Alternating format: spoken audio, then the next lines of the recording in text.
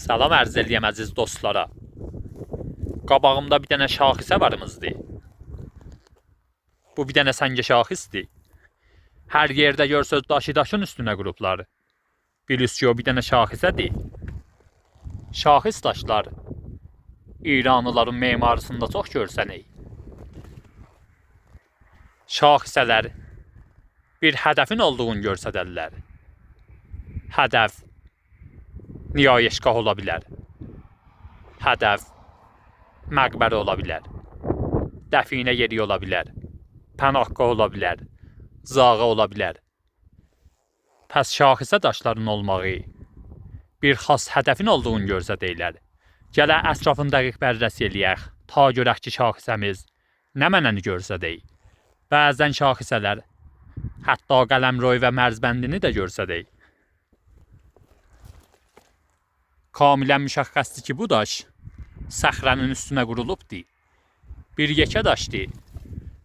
Deyə bilirəm ki, 4-5 tonda bunun vəznidir. Bunu bura qurublar və beyanmanı bir dənə şaxisə bunu istifadə eləyiblər. İndi gedəyəm aşağı qismətinə. Bunun hədəfinin yerini siz üçün göstərəcəyəm. Ta görəcəksiniz ki, bu şaxisənin hədəfi nə mənə imiş.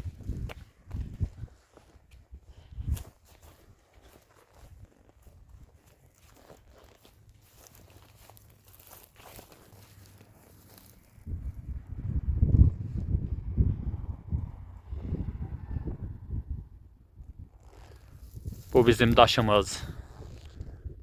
Ki o daş ora qurulubdur. Altdakılar kollən təbiidir.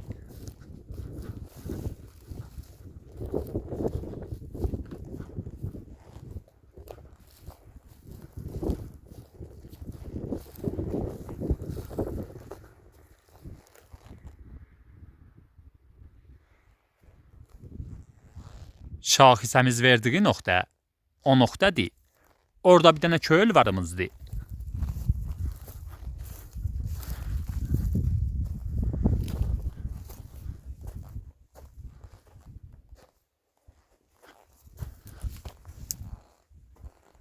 Təqribən bir yekə köldür.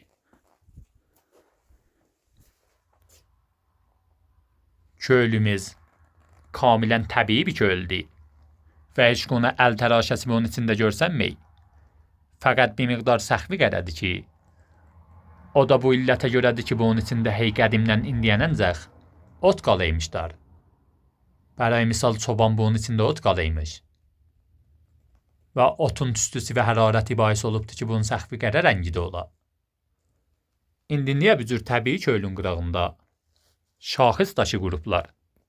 Özür ki, biləysiniz, bizim əzdadımızın dini mehrpərəsti və zərtoşdiymiş. Mehrpərəstilərin etiqadı var imiş ki, axir dünyada mehr ya mitra zuhur eləyəcək və dünyada haqq və həqiqəti dirildəcək. Eyni etiqadı ki, əlandakı zamanda varımızdır.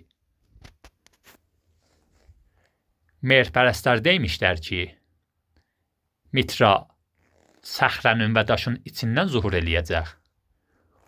Ona görə hər köylü ki, hətta təbii alətdə əmələ gələymiş, mehrpərəstilərin yanında mordə ehtiram və müqəddəs imiş.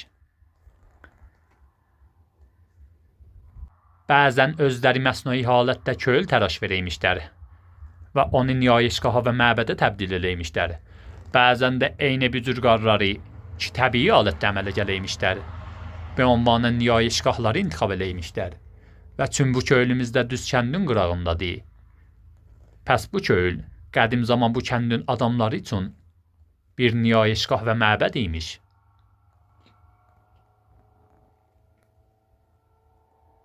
İnsanlar vaxtı istəymişlər ki, xəlvətdə əhura məzdə ilə razı niyaz eləyələr. Bu cür köylülərin içində dua eləymişlər və bir cürə verdləri oxuymuşlar.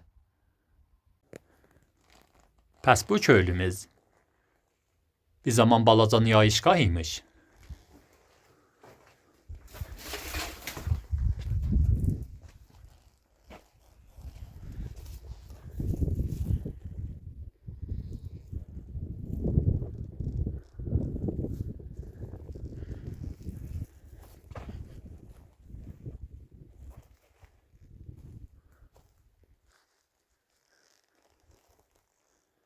Hətta baxsız, görəcəksiniz ki, orada bir dənə dəricə varımızdır.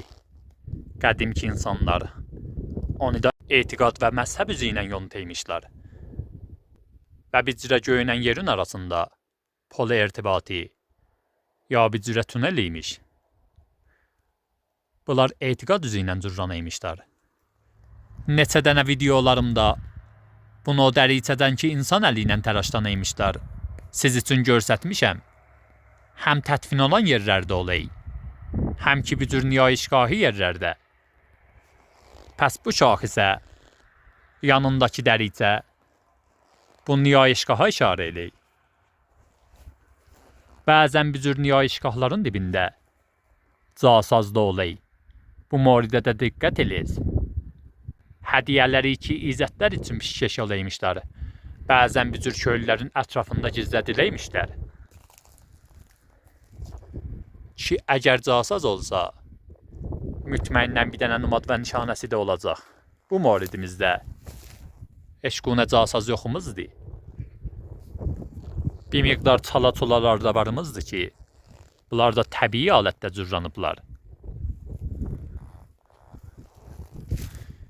İnşallah ki, bu video siz üçün müfid vaqe olmuş ola. Yine də gələn videoda görüşərik. Ya haqq.